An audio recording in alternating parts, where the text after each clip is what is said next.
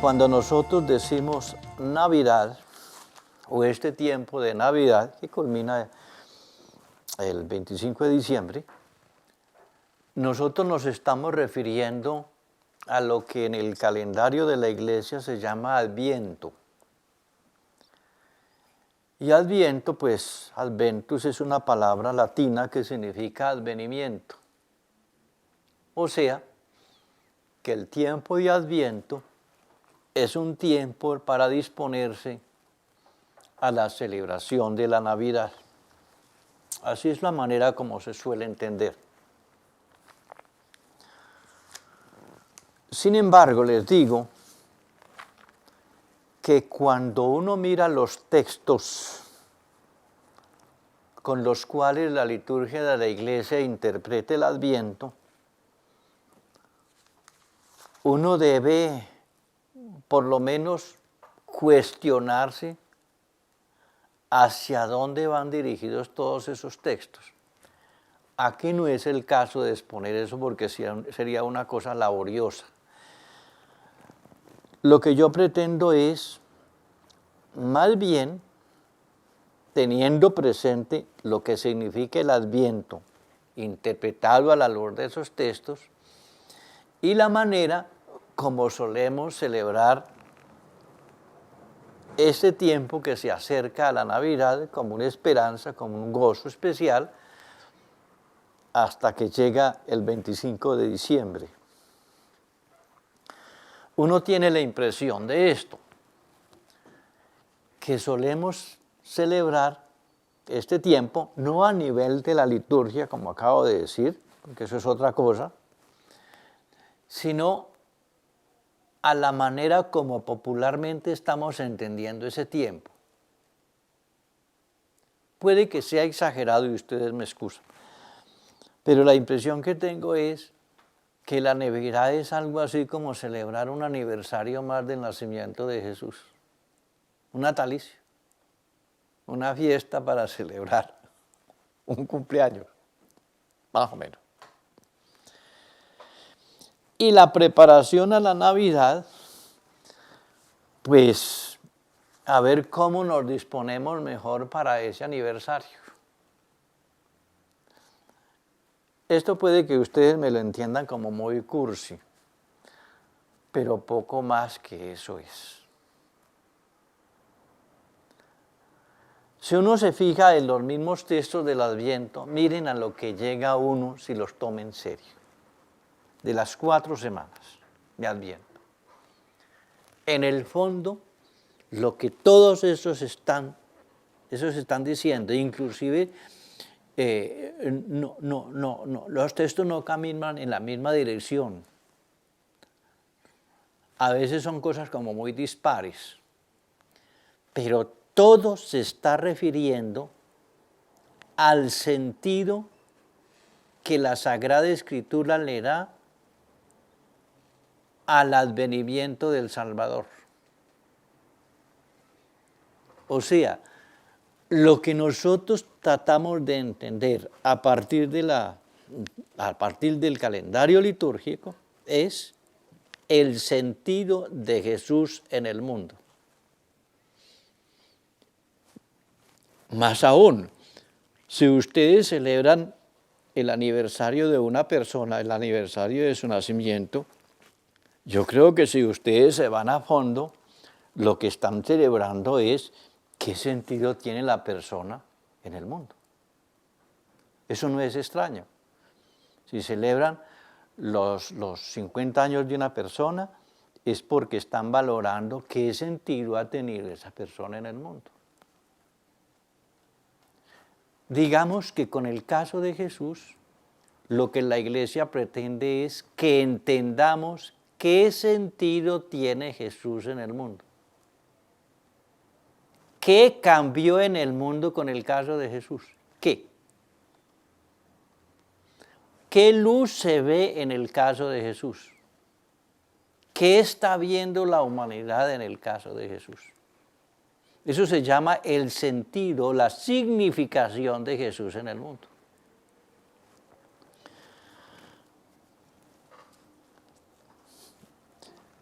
Si uno se fija en la realidad de Jesús, ¿qué es lo que ve? Un Jesús que vivió la mayor parte de su vida sin hacerse notorio para nadie, casi 30 años, por ese tiempo,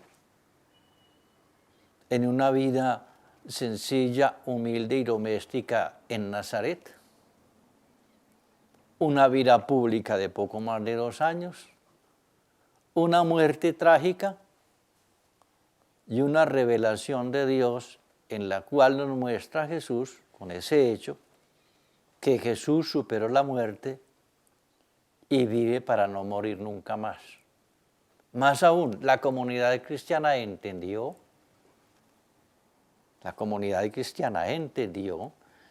que ese Jesús resucitado sigue vivo y sigue vivo en este mundo, en los seres humanos. Esa es la gran verdad del cristianismo primitivo. Si uno se fija en la realidad de la vida de Jesús, ¿qué es lo raro de Jesús en su vida? Lo raro. Como en otra ocasión he dicho, es la manera como Jesús concebía a Dios mismo. ¿Cómo lo concibió? Lo concibió en Él mismo y de acuerdo a esa concepción, Jesús vivió una absoluta e incondicional vida de fidelidad a ese Dios que vivía en Él. Por eso lo trata como Padre y Él se siente como Hijo. ¿Cuál es el efecto de esa actitud de Jesús con Dios? Que esa actitud de Jesús con Dios fue sencillamente un testimonio de la realidad de Dios en el mundo. Un Dios visible en ese hombre. Es decir, debimos haber entendido que la manera como Dios se comporta con el mundo es la manera como Jesús vivió. O sea, Jesús un testigo, una transparencia de Dios mismo en el mundo. O sea, ¿cuál es el sentido de Jesús en el mundo? Que por fin aparece un fulano que es la visibilidad de Dios mismo en un ser humano. Eso es el sentido de Jesús. ¿Cuál es la misión de Jesús? Ser testigo de Dios mismo. Por fin aparece en este mundo un ser que refleja como es Dios mismo. Eso es el sentido de Jesús. Yo acabo de decir, de una manera muy simple, ¿qué entendieron los primeros cristianos cuando Jesús muere y experimentan su resurrección en ellos mismos? ¿Qué entendieron ellos con eso? Que los cristianos eran la visibilidad de Jesús mismo, como Jesús era la visibilidad de Dios. O en otras palabras, los primeros cristianos se autointerpretaron, se autoentendieron como testigos claros de Dios en el mundo. Es decir, los cristianos como la cercanía diáfana y expresa de Dios en el mundo. O sea, un cristiano, de acuerdo a esa concesión, a esa interpretación de la comunidad cristiana primitiva, era otra vez Jesús mostrando la cercanía de Dios en el mundo. Es decir, quien vea a un cristiano, lo que debería ver es la presencia de Dios en él. Voy a ponerles un caso que es muy conocido. Es el caso de la Madre Teresa de Calcuta. ¿Quién no entendió, hasta los ateos, que en esa mujercita lo que se veía era el concreto amor de Dios? Es decir, un personajito, esa mujercita, como un testigo de Dios mismo, como la cercanía de Dios mismo. O sea, que un cristiano lo que debiera hacer es las manos mismas de Dios que tocan a los seres humanos. Eso es un cristiano. Entonces yo les decía, ¿qué es la Navidad? La Navidad es entonces que entendamos los cristianos la significación de Jesús en el mundo. Y la significación de Jesús en el mundo es que Jesús fue concretamente la realidad de Dios visible, un Dios que se acerca a los hombres, es decir, en un ser humano, la cercanía de Dios a través de un ser humano. Y esa fue su misión, y ese es su sentido. Pero resulta que Jesús se murió y siguió viviendo en los cristianos. Entonces, ¿qué es lo que los cristianos estamos celebrando en Navidad? Una cosa que pasó hace 20 siglos, es lo que yo me imagino que están imaginando. Un sentido de la Navidad es que nosotros que somos a la vez testigos de Jesús, estemos expresando como testigos de Jesús el sentido de Jesús en el mundo, en nosotros mismos. Eso es un cristiano. Es la cercanía de Dios para el otro. O sea, un cristiano es Dios para el otro, dándose. O sea, el amor de Dios que se expresa en seres humanos. Eso sería la Navidad. La Navidad es una toma de conciencia de la responsabilidad que todos los cristianos tenemos sobre el sentido de Jesús en el mundo. Y ese Jesús resucitado que vive en nosotros debe ser la respuesta continua de Jesús como cuando Él vivió en la tierra. Que hagamos lo mismo, que seamos la presencia de Dios en el mundo.